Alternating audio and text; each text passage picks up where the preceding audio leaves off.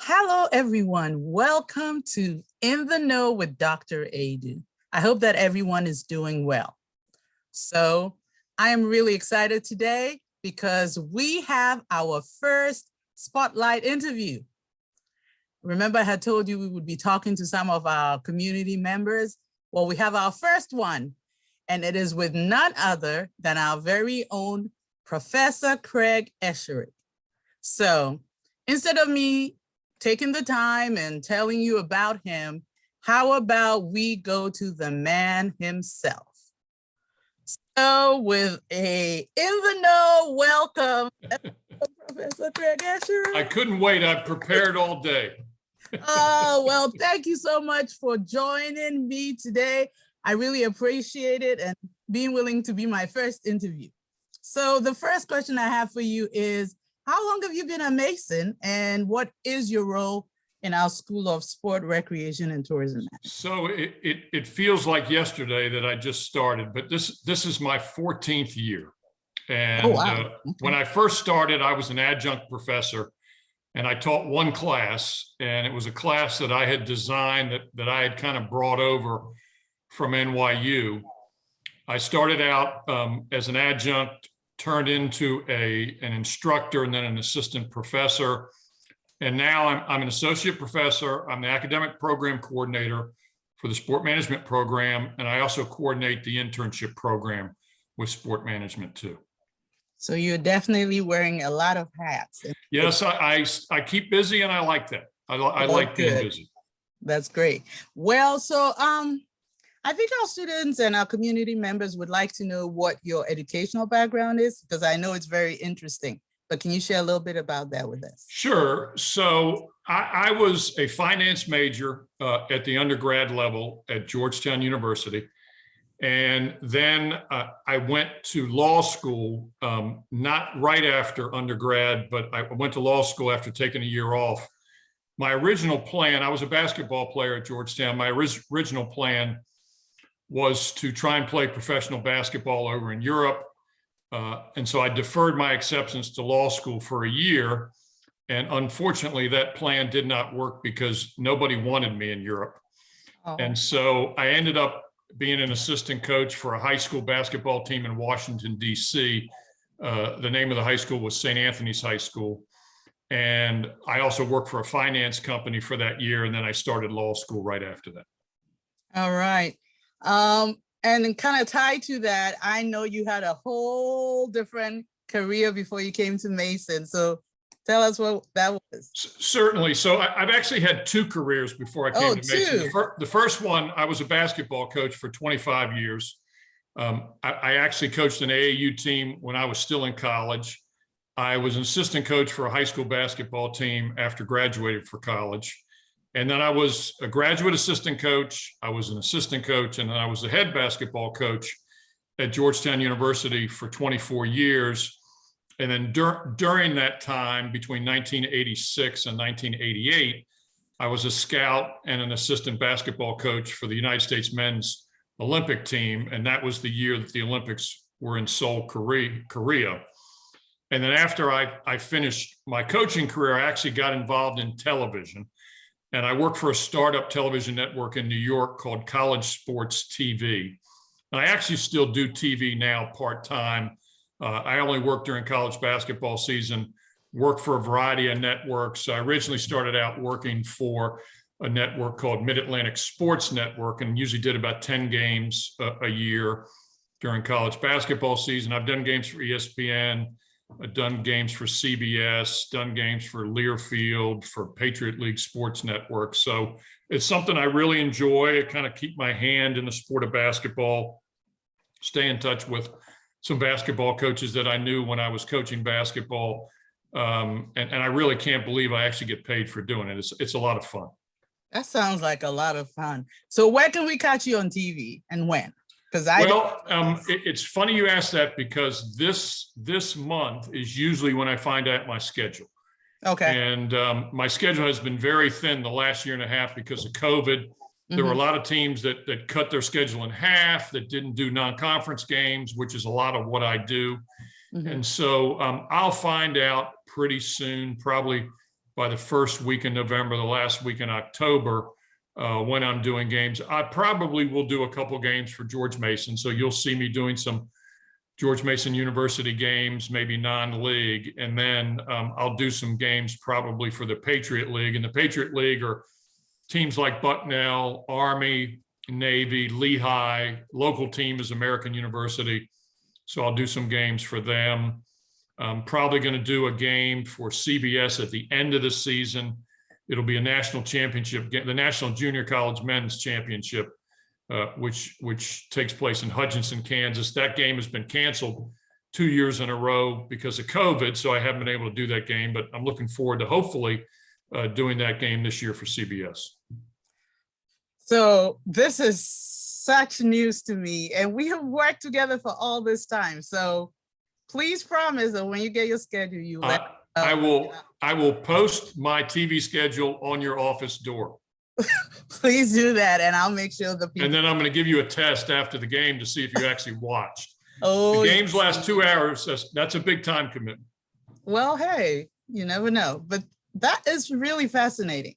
So you have all this experience, you're coaching, you are now on television, and then you decide, I want to be a professor. So how did that come about? Totally by accident. I was working for, as I said, working for the television network up in New York, and a friend of mine was teaching at NYU in their graduate sport management program. He called me up, he'd heard I was in New York, and he said, would you mind coming and lecturing to my class? And I don't remember the class, but I came, I lectured, had a nice time. We went out and had a beer right after class. He invited me back about 2 weeks later to lecture in another class. And so I did that, and I did it again 3 times. And then the 4th time, I lectured in a third professor's class, and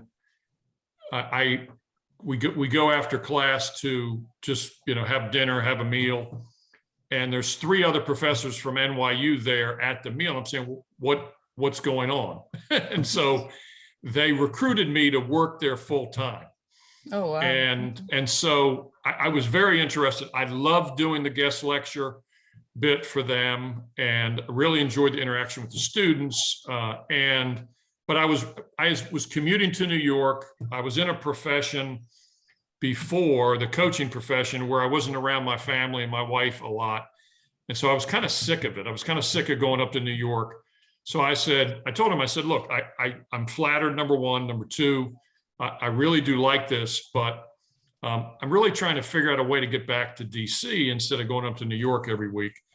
And so the guy that was running the program at the time, who's actually an athletic director, assistant athletic director at Penn State now, his name is Bob Boland. Bob said, look, Craig, there's a really good program that just started in Fairfax, Virginia at George Mason. And what you should do is you should try and see if they would hire you as an adjunct.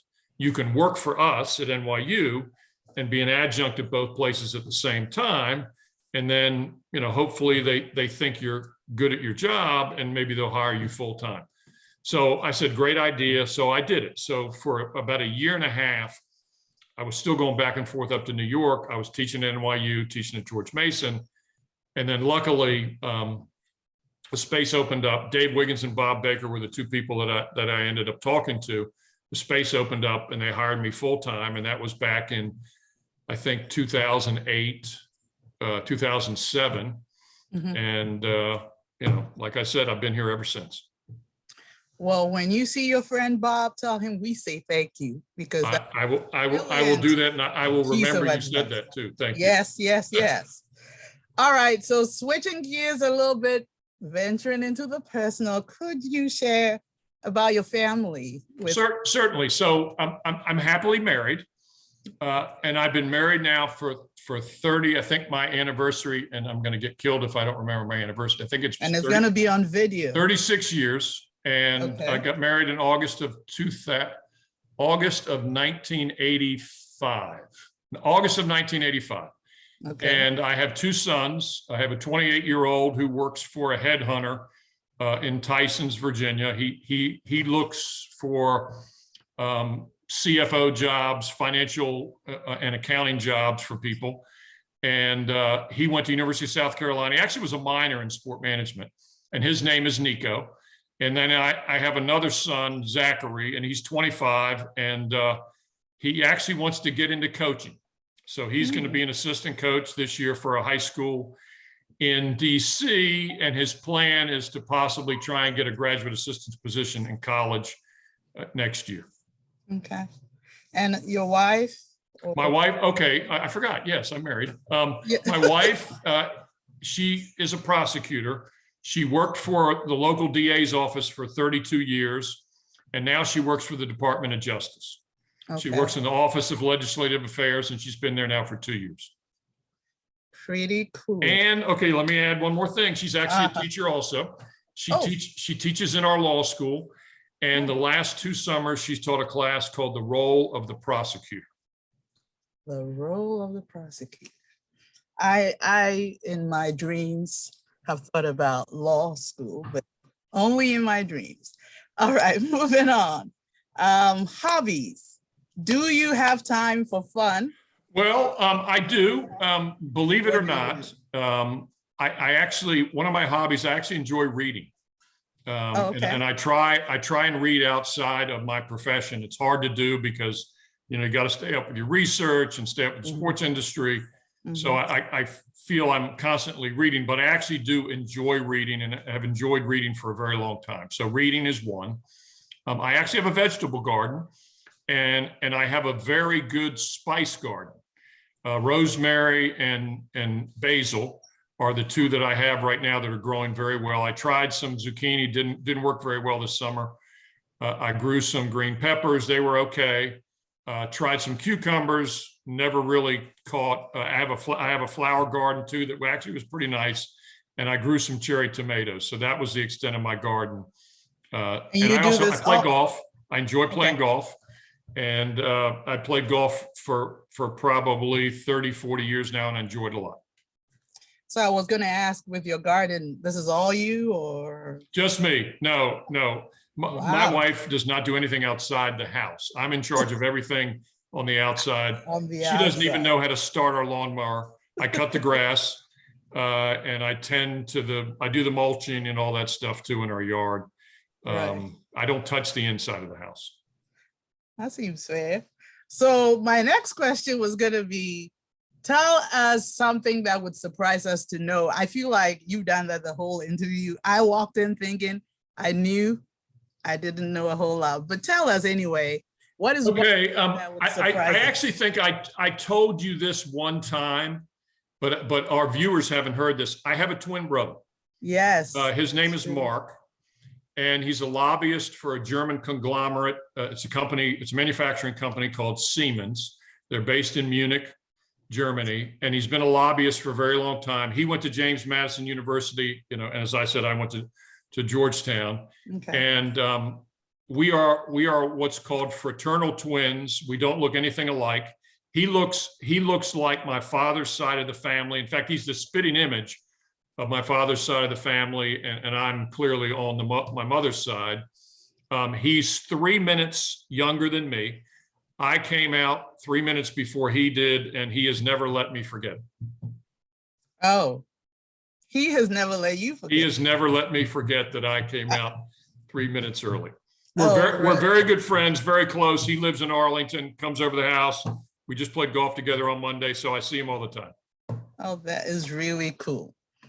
So this has been fascinating. I have learned so much. I thought I knew, I did not. But as we wrap this up, bringing it back to our students, what would be one piece of advice you would offer as they get ready, as they're going through, our programs, getting ready for their future careers? Well, this is the same advice. I actually did something like this in my professional development class last week, and it's the same advice I give my students, and I actually use a component of this in all of my classes. The importance of writing skills and the importance of public speaking skills cannot be minimized in any way, shape, or form.